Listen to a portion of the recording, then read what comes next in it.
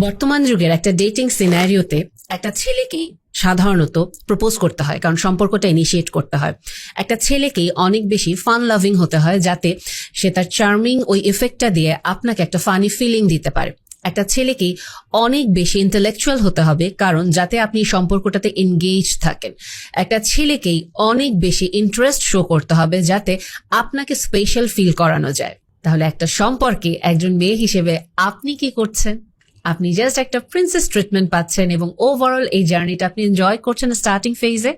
এবং এরপরে যদি ছেলেটা কোনো কারণে এগুলোর কোনোটা করতে না পারে, দেন আপনি তাকে কাইন্ড অফ একটা ট্যান্ট্রাম থ্রো করছেন, চিন্তা করে দেখি তোমার সাথে যাব কি যাব না, কারণ I have so many better options বা আচ্ছা তোমাকে না আমার ফ্রেন্ড হিসেবে বেশি ভালো লাগে, বা না তোমাকে তো আমি আসলে পছন্দ করি, তুমি বোঝো না কেন, বাট আসলে ওর সাথেও না আমার একটু বেশি ভালো লাগা কাজ করে।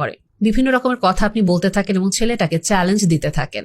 এবং আলটিমেটলি আমরা এটা ধারণা করি মেয়েরা, যে হয়তো একটা ছেলেকে যদি অনেক বেশি চ্যালেঞ্জ দেওয়া যায়, অনেক বেশি তাকে কাইন্ড অফ ঝুলানো যায়, আমি যদি সোজা বাংলা ভাষায় বলি, ছেলেটা হয়তো আপনার প্রতি অনেক বেশি অ্যাট্রাক্টেড হবে, সে আসলে আরো অনেক বেশি ক্রেজিনেস শো করবে, আপনার প্রতি তার ক্রেভিংটা বেড়ে যাবে। বাট ওভারঅলি জার্নিটা যেই জিনিসটা হচ্ছে, প্রথমত আপনি যখনই একটা ছেলেকে কন্টিনিউয়াস এরকম চ্যালেঞ্জ দিচ্ছেন বা এরকম অপশনগুলো দিচ্ছেন, ডেফিনেটলি আপনাকে পাওয়ার জন্য তার একটা ক্রেভিং কাজ করবে, বাট ধীরে ধীরে সে আপনার প্রতি ইন্টারেস্ট হারিয়ে ফেলতে থাকবে।